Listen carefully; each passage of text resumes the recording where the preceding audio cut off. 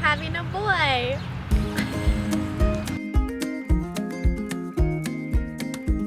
Surprise! We're having a baby. This was a very big surprise.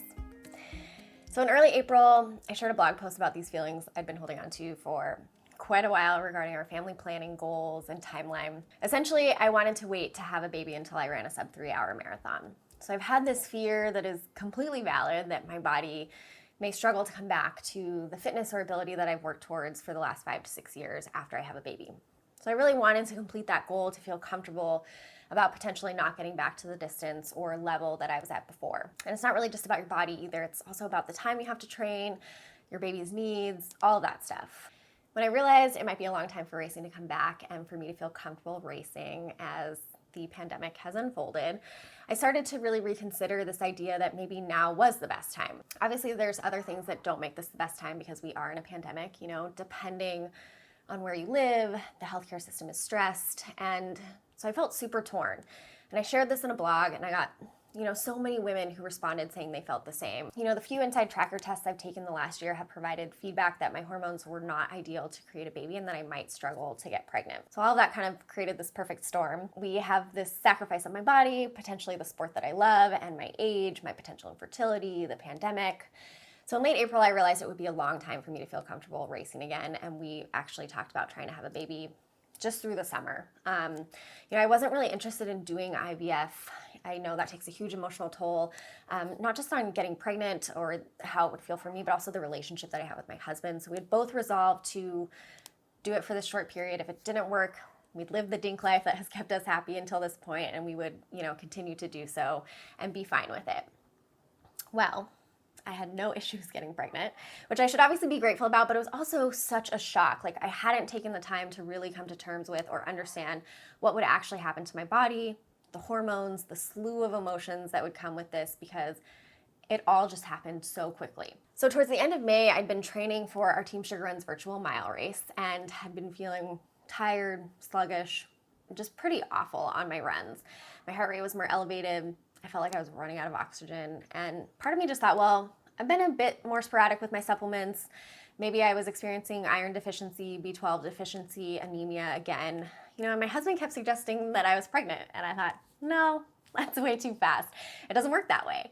We got a pregnancy test from the drugstore and I took it the next morning. I was pregnant. I didn't have to take any more because I knew it was right. I knew my body was telling me something was different. So my first thought was, we're pregnant.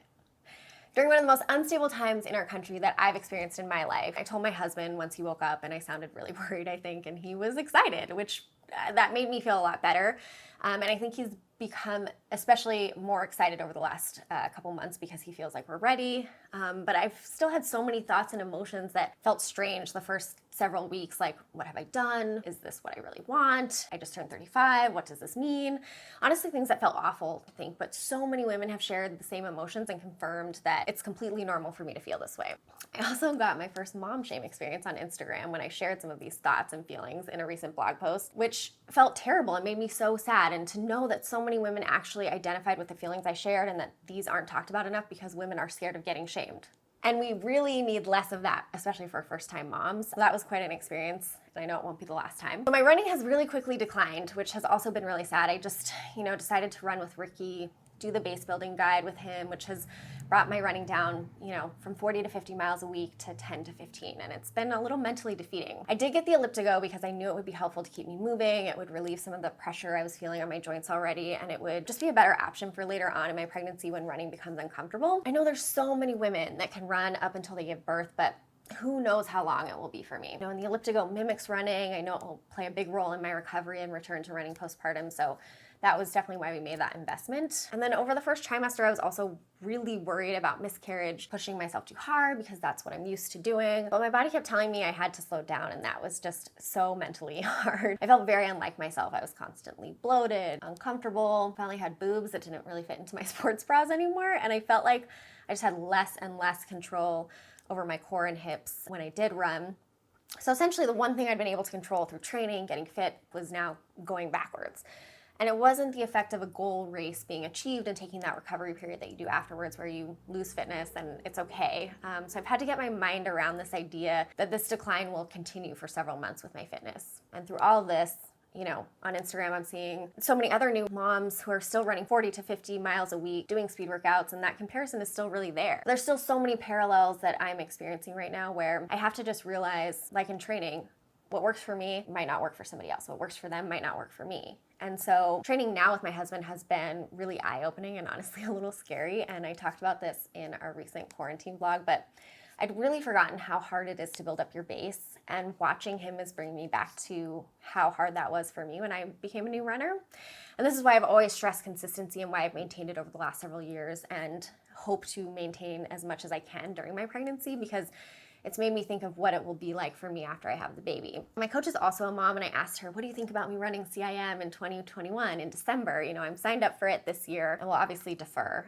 So I'll have the baby in early February, which is 10 months later. I can run CIM. And I was thinking that's totally enough time. But she checked me and said, don't give myself timelines. I'm going to have to build myself back up to each distance, and it really depends on how my labor and recovery goes. And this is what I tell my own athletes who come back from injury. You know, birth, that's a trauma, and we have to give our body the time that it needs to come back. So one thing that hasn't changed for me is my goal to run a sub 3-hour marathon. Obviously, my timeline has shifted, and I will have to respect my body in the way that I come back. But that goal is still a top priority for me, and I'm hopeful that I will be able to accomplish it postpartum, and am patiently excited to get back to that level of fitness. So while my running journey may look very different and slow down for a while, I hope you all will follow along in this new journey to becoming a mother runner. Thanks for watching.